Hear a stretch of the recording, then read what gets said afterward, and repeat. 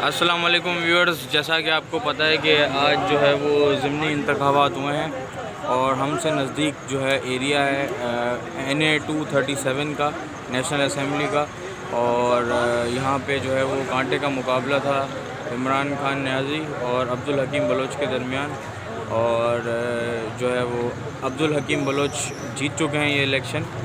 तो PTI के साबका कोई रहनुमा हमें यहाँ मिले हैं जिन्होंने अब पीपल्स पार्टी ज्वाइन की है। तो आइए चलते हैं, उनका एक जो है वो दिलचस्प तबसरा सुनते हैं। अस्सलाम वालेकुम जी वालेकुम अस्सलाम। सर, आपका इसमें ग्रामी बताइएगा। मेरा नाम रज़ाक बाजवा। मैंने पीपल्स पार्टी 3 माह हो गए ज्वाइन किए हैं और मैं भुट्टो साहब के काफ़िले में शामिल हो गया हूँ।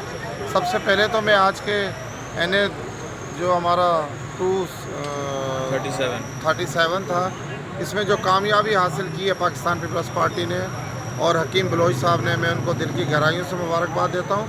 साथ साथ में पीपल्स पार्टी के तमाम जियालों को, कारकुनों को, जिनकी अनथक मेहनत से जो झूठ और मक्कारी का जिन्होंने मुकाबला किया और इमरान खान से ये अपना NA दोबारा छीना है। और इंशाल्लाह आइंदा आने वाले इलेक्शन में जो है पूरे सिंध में यही हाल होगा, क्योंकि जहाँ झूठ, मुनाफकत और झूठे लारों पर लोगों को बड़े सुहाने ख्वाब दिखा कर कि जी हम गवर्नर हाउस की दीवारें गिराएंगे, हम स्कूलों में एक निफाज लाएंगे, हम अस्पतालों में बेहतर इलाज करवाएंगे, हम नौजवानों को नौकरियां देंगे।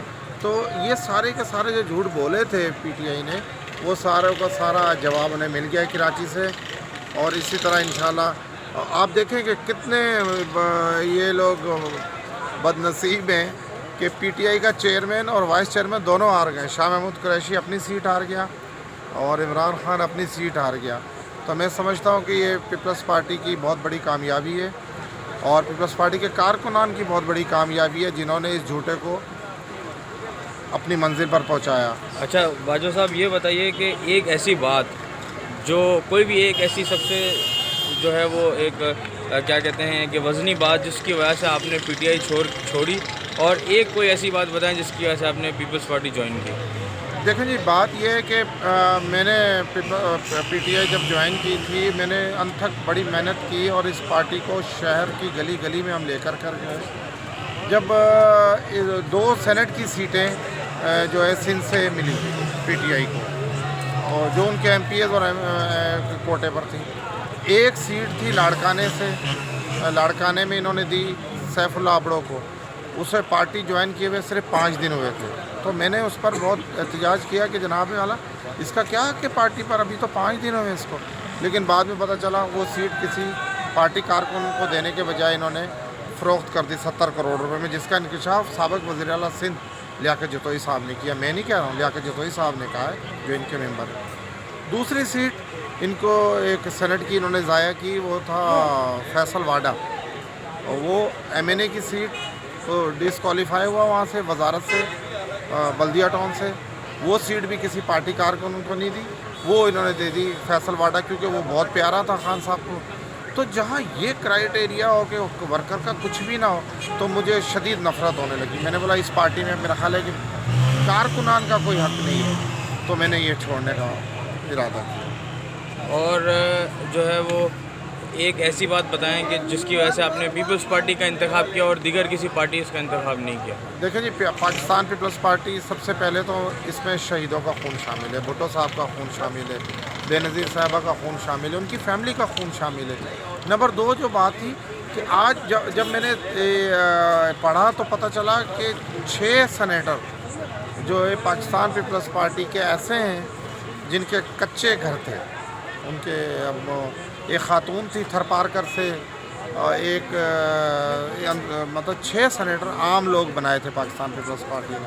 तो मैंने कहा कि पार्टी कारकुनान को तो स्पेस इस पार्टी में मिल सकता है, यहाँ तो नहीं मिल सकता। तो एक वजूहत ये थी कि बिलावल भुट्टो साहब की नौजवान क़यादत सामने आ रही है, वो पार्टी को लेकर के जा रही है, उनमें कुछ ना कुछ एहसास है पीपल्स पार्टी में, वो कुछ ना कुछ गरीबों के लिए करना चाह रही है। तो मैं पीपल्स पार्टी मैंने ख़ास तौर पे इसीलिए ज्वाइन की कि इसमें पार्टी कारकुनान का इसको जगह मिलती है। ये उनका एहसास किया जाता है, उन्हें मुल्क के बड़े बड़े ऐवानों का हिस्सा बनाया जाता है। अच्छा, पीपल्स पार्टी में आने के बाद आपको, क्योंकि हमें तो नहीं पता इसके बारे में, आपको कौन से ऐसे रहनुमा थे पीपल्स पार्टी के जिन्होंने आपको अपनी आगोश में लिया? कोई एक दो नाम बताइए। सईद गनी साहब का मैं शुक्रगुजार हूँ। शहजाद नाथा है हमारे हलके के, जहाँ से मेरा जहाँ रिहाइश है, हमारा PS 106, वहाँ शहजाद नाथा भाई ने हमें बहुत प्यार दिया। और इसी तरह मेरे एक दोस्त हैं काजी बशीर एडवोकेट साहब, जो पीपल्स लॉयर्स फोरम के कराची के सदर हैं। और भी बहुत सारे मेरे मेहरबान दोस्त हैं जिन्होंने मुझे कहा कि रज़ाक, आप जैसे वर्कर की कदर इस पार्टी में नहीं होगी, आप पीपल्स पार्टी में आ जाएं। तो मैं उनकी दावत पर पीपल्स पार्टी में। अच्छा, आखिर में कोई पैगाम वो उन औरतों को जो बगैर सोचे समझे इमरान नियाज़ी को सपोर्ट करती है बकौल आपके, तो उनको कोई एक पैगाम दे दीजिए। मैं अपने बाशऊर बहनों को, अपनी बेटियों को, अपनी माओं को, ख़ास तौर पर ख़वातीन को, क्योंकि ख़वातीन भोली होती हैं, वो घर से बाहर कम निकलती हैं, उन्हें वो इसकी जो बातें टीवी पे सुनकर और सोशल मीडिया पे वो जो जिन लोगों ने इसको सपोर्ट किया, मैं उनसे गुजारिश करता हूँ कि मैं 6 साल मैंने करीब से इन सबको देखा है, ये झूठ का पलंदा है, इनकी बातों में ना आए अपनी पाकिस्तान पीपल्स पार्टी आपकी जमात है, आप इसमें शामिल हो। इंशाल्लाह आपके मसाइल भी हल करेंगे और इंशाल्लाह आपके बच्चों को जॉब भी देंगे और आप सूबे में हम लोग तरक्की भी करेंगे, मुल्क में भी तरक्की। अच्छा रज़ाक साहब, आप ये बता दें कि आप PTI की कौन सी कमेटी का हिस्सा थे? जी देखिए, मैं तहरीक इंसाफ का सिंध का एडिशनल इंफॉर्मेशन सेक्रेटरी था। उसके बाद मैंने, क्योंकि मेरा इरादा था इलेक्शन लड़ने का, मैं सूबाई तंजीम से मैंने कहा कि मैं अपने डिस्ट्रिक्ट की तंजीम में आता हूँ ताकि मैंने इलेक्शन लड़ना था। फिर मैं डिस्ट्रिक्ट ईस्ट के मुख्तलिफ सीनियर नायब सदर रहा, मैं जॉइंट सेक्रेटरी रहा, मैं 3-4 ओहदों पर रहा पार्टी के।